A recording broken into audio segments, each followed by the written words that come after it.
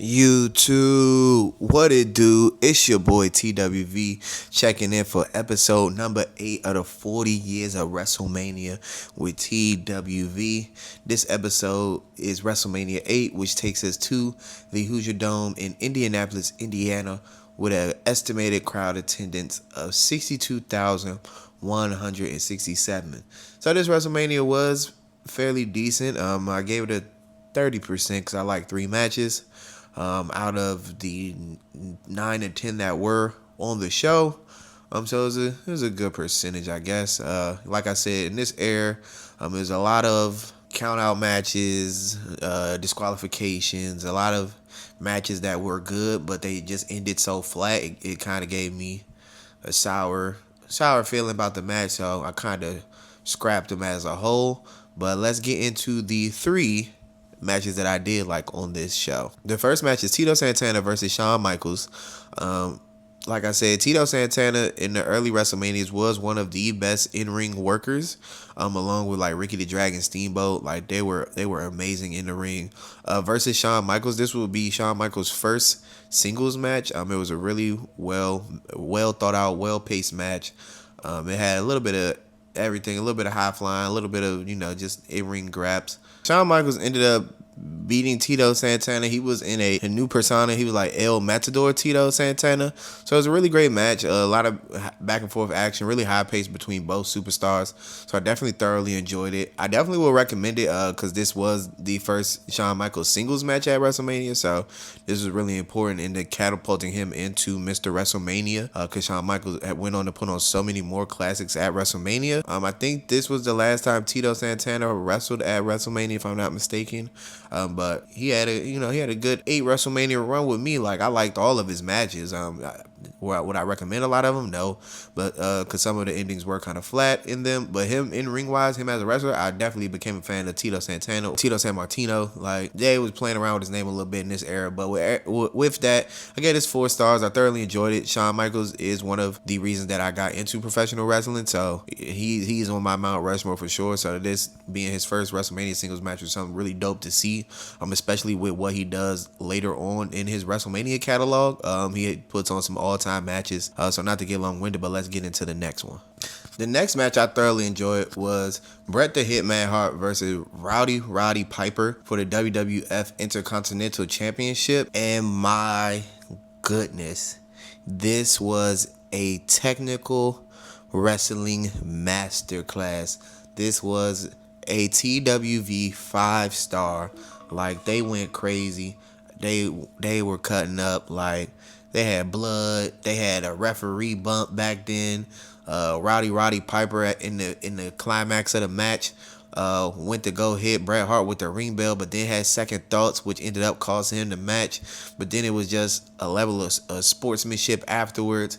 When Roddy Piper lost, he went over and snatched the belt from the referee and strapped the belt around Bret Hart, congratulating him, just giving him his props and passing the torch in the shortest of words, because I think that might have been the last time Roddy Piper touched the championship. I may be wrong, but it was a great moment, great match. Like I loved everything about it. This was pre Bret the Hitman really becoming the guy. Like later on in the mid to late 90s, I think this was 92, 93. So this is right when he was about to get on that run of him becoming that guy and him putting on them classic matches. A couple WrestleManias later with Stone Cold. He had a great feud with Shawn Michaels, which was the Montreal Screwjob. I think later into the 90s, I want to say in 97, 98. Like Bret the Hitman Hart was that dude, and I'm glad to kind of see the beginning of him becoming that dude at this one WrestleMania. And Roddy Piper, this was the first time I actually liked the Roddy Piper match, because one of the matches I seen early, he was in a boxing match with Mr. T. That sucked. So I'm glad I got to actually see him in ring with a competitor of his skill level, and get them graps in, because I definitely thoroughly enjoyed it. But with that being said, let's get into the final match that I did enjoy on this show. The final match was Ric Flair versus Macho Man Randy Savage. And this also was another TWV 5-star. I really thoroughly enjoyed this match. Like I definitely would recommend you to watch this match. The match was really well put together. It was really well paced. Macho Man doing his thing. This was my first time seeing Ric Flair at a WrestleMania. I think this was his first one. I think he was still either injured or he wasn't in the WWE, WWF yet. I think this was when he finally jumped over from. I think he was still doing territories back then. I think, if I'm not mistaken. But yeah, it was something really cool to see. Ric Flair inside of the wrestling business is a legend. A lot of his antics outside of wrestling, I do not care for. Actually, with all wrestlers, what you kind of do outside of the business, I do not care about. As long as you can go in that ring, you can wrestle. I'm a fan of you only in a wrestling landscape. If you can go in that ring, that's all I care about. Can you check off these boxes on the TWV list? And if that's a yes, all right, I'm a fan. If no, I ain't a fan. But I definitely enjoyed the match. Macho Man technically was retired. I don't know for how long, because I'm only watching WrestleManias. So I don't know how long he was retired from the Ultimate Warrior match at the WrestleMania the year before previously. But this was a great match. Ric Flair, this was when he was in his prime, and he could still really go in that ring, and he showed why Big Nate was that guy back then.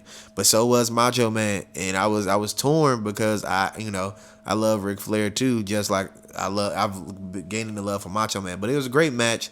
Randy Savage did beat Ric Flair, and he became the WWF champion. So this was a great match. It was the sixth match on this card, so kind of after this match, I kind of tuned out. Because you know how I was. Hogan was in the main event. He went against Psycho Sid, and I didn't really care for that match. The rest of the show kind of was lackluster in my opinion. But these were the three matches that I enjoyed. So this is your boy TWV checking in and checking out. Peace.